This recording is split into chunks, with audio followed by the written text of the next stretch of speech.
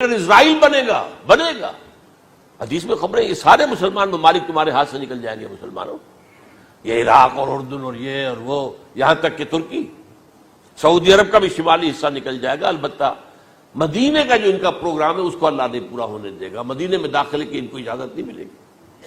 بہرحال یہ سارا کچھ ہونے والا ہے۔ وہ وقت بھی آنے والا ہے کہ حضور کی ایک حدیث کے مطابق ایک شخص کے 1000 بیٹے ہوں گے تو 999 ختم ہو جائیں گے، ایک بچے گا۔ یہ وقت بھی آنے والا ہے کہ حضور فرماتے ہیں اتنی بڑی جنگ ہوگی، اتنی خوریزی ہوگی کہ پوری زمین اٹھ جائے گی لاشوں سے۔ تو پرندہ جو ہے کوئی، ایک تو پرندے ہوتے ہیں کہ جو مردار خور ہے، گدھ ہے، وہ تو بڑی خوشی سے اتریں گے، تناول فرمائیں گے لاشوں کو۔ اسی طریقے سے کوے ہیں، چیلے ہیں، لیکن جو نفاست پسند پرندے ہیں وہ لاش کے اوپر اترنا نہیں چاہتے۔ تو ایک پرندہ اڑتا چلا جائے گا، اسے کہیں زمین پر اترنے کی جگہ نہیں ملے گی، لاشیں ہی لاشیں ہوں گی، یہاں تک کہ وہ تھک ہار کر اس کے جو ہے پر جواب دے جائیں گے، گرے گا تو لاش پر گرے گا۔ یہ وقت آنے والا، اور یہ یہودیوں کے ہاتھ میں، یا یہودیوں کے جو سپورٹرز ہیں اس وقت، جو ان کے ہاتھ میں اعلی کار ہیں، ان کے ہاتھوں آنا ہے۔ میرے نزدیک اس کام کے لیے اس ملعون قوم کو، کہ جو حضرت عیسیٰ کے زمانے سے ملعون ہو چکی ہے، اس کو باقی رکھا گیا ہے، اسے یہ موقع دیا گیا ہے۔ اس نے اسرائیل بنا لیا ہے، تقریباً 2000 سال کے بعد وہ دوبارہ آ کر آباد ہوئے اس سرزمین میں جہاں سے نکال دیے گئے تھے 70 عیسوی کے اندر۔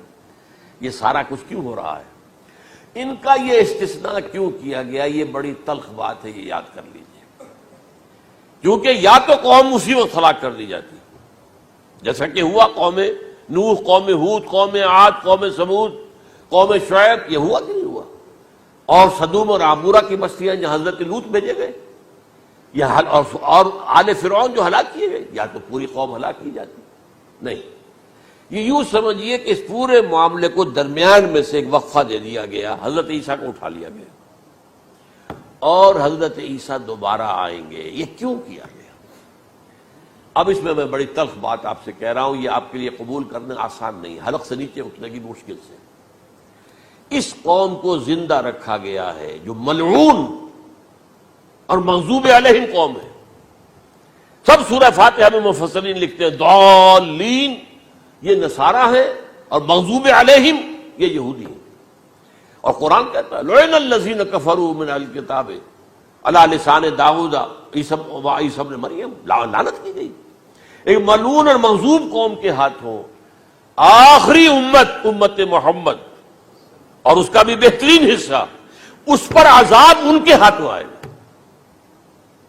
عربوں پر عذاب یہودیوں کے ہاتھوں، اس لیے ان کو بچایا گیا۔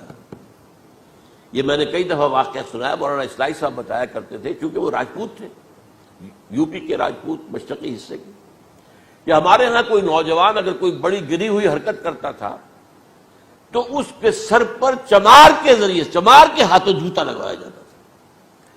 اگر راجپوت کے سر پر راجپوت کا جوتا گرا تو چلو تکلیف تو ہوئی، لیکن یہ کہ راجپوت کا جوتا گرا ہے نا، پڑا ہے، لیکن راجپوت کے سر پر چمار کا جوتا، جس کو آپ انگریزی میں کہتے ہیں to add insult to injury, تو تکلیف بھی ہے جوتا کھانے کی، اور انسلٹ ہے کہ ایک چمار مار رہا۔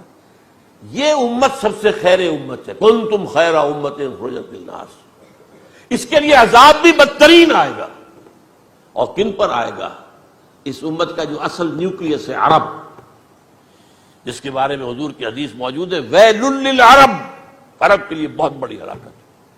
اور آج ہماری نظر میں آ رہا ہے وہ ملعون اور مغضوب علیہم قوم، ان کے سینے کے اندر خنجر کی طرح بھونکی گئی ہے، اور 30 کروڑ کے قریب عرب بے حمیتی، بے غیرتی، بزدلی، کمزوری، ذلت، مسکنت کی مثال بنے ہوئے۔ کوئی بول سکتا ہے اس اسرائیل کے خلاف؟ کوئی بول سکتا ہے؟ 30-35 لاکھ آدمی ہے اسرائیل کے اندر یہودی، اس سے زیادہ تو امریکہ میں 50 لاکھ کے قریب، کل 1.25 کروڑ آدمی ہے یہ یہودی پوری دنیا کے اندر۔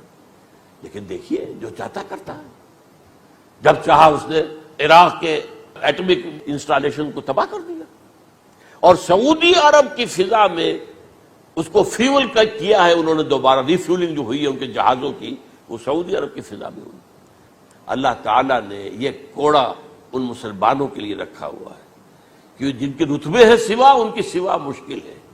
جتنا اونچا مقام اللہ نے دیا عربوں کو، ان میں حضور کو اٹھایا، ان کی زبان میں اپنا آخری کلام نازل کیا، تو ان کی ذمہ داری بھی بہت ہے۔ جن کے رتبے ہیں سوا، ان کی سوا مشکل ہے۔ یہ ہے میرے نزدیک واللہ اعلم